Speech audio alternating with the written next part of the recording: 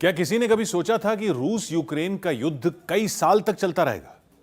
क्या किसी ने कभी कल्पना की थी अकेला इजराइल 7 फ्रंट पर अंतहीन युद्ध लड़ता ही रहेगा?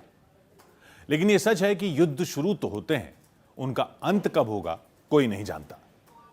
यह तल्ख हकीकत है कि आज के दौर में हर वक्त अलर्ट रहना है, खासकर भारत को, जिसके दुश्मनों की कमी नहीं। मगर अब किसी भी दुश्मन में इतनी हिम्मत नहीं कि वो भारत को आंख दिखा सके। यह बदलाव कुछ बरसों की बात है। हिमालय की बुलंदियां हो, रेगिस्तान में बालू की ढेर हो, घने जंगल हो या फिर समंदर की गहराई हो, हर चुनौती पर हमेशा आपकी वीरता हर चुनौती पर भारी पड़ी है।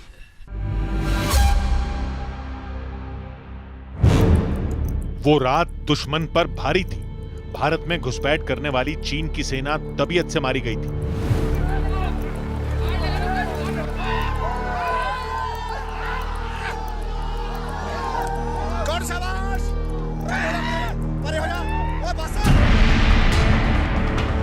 ट्रिब्यून की रिपोर्ट के मुताबिक चीन ने फरवरी 2021 में पहली बार यह स्वीकार किया कि गलवान की झड़प में उसके 4 सैनिक मारे गए थे।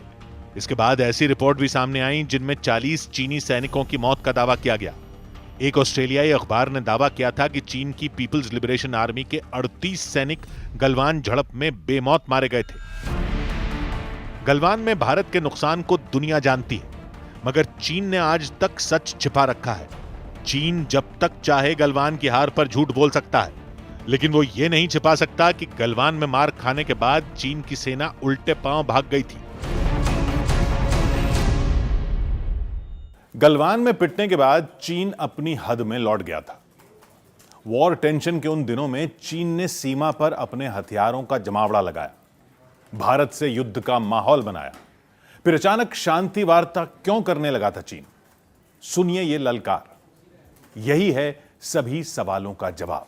हम वो लोग हैं जो बांसुरी धारी कृष्ण की पूजा करते हैं, तो हम वही लोग हैं जो सुदर्शन चक्रधारी कृष्ण को भी आदर्श मान करके चलते हैं।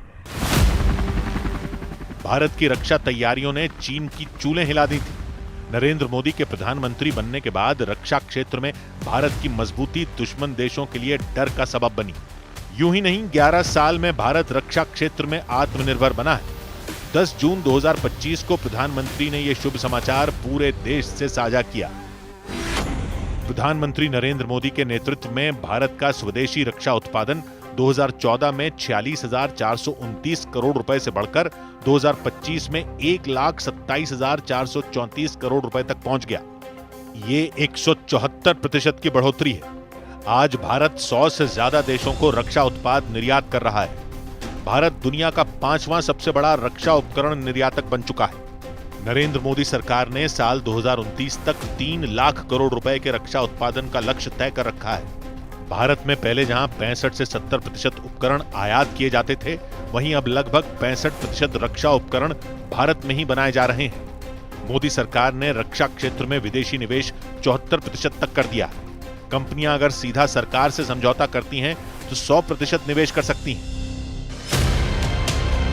प्रधानमंत्री नरेंद्र मोदी ने जल, थल और वायु सेनाओं के सशक्तिकरण का अभियान युद्ध स्तर पर चलाया है। रक्षा क्षेत्र में उत्पादन को बढ़ावा देने के लिए 2 इंडस्ट्रियल कॉरिडोर भी बनाए गए हैं। एक आर्थिक गलियारा उत्तर प्रदेश में और दूसरा तमिलनाडु में बनाया गया है। इतना ही नहीं, रिसर्च और स्टार्टअप के लिए रक्षा बजट का 25% आवंटन किया गया। प्रधानमंत्री ने पॉलिसी पैरालिसिस से जूझ रहे रक्षा क्षेत्र को नई दिशा दी है, जिससे सेना का आधुनिकीकरण हुआ है। सशक्त भारतीय सेना से टकराने का जोखिम दुश्मन को भी मालूम है। दुश्मन का यह भय कायम रहना चाहिए, क्योंकि अपने देश में कहा जाता है कि भय बिन होए न प्रीत। हर आक्रमण के बाद भारत और सशक्त होकर उभरा है। पीएम मोदी पर न्यूज 18 की खास सीरीज जारी है। कल रात 10:15 पर देखना ना भूलें।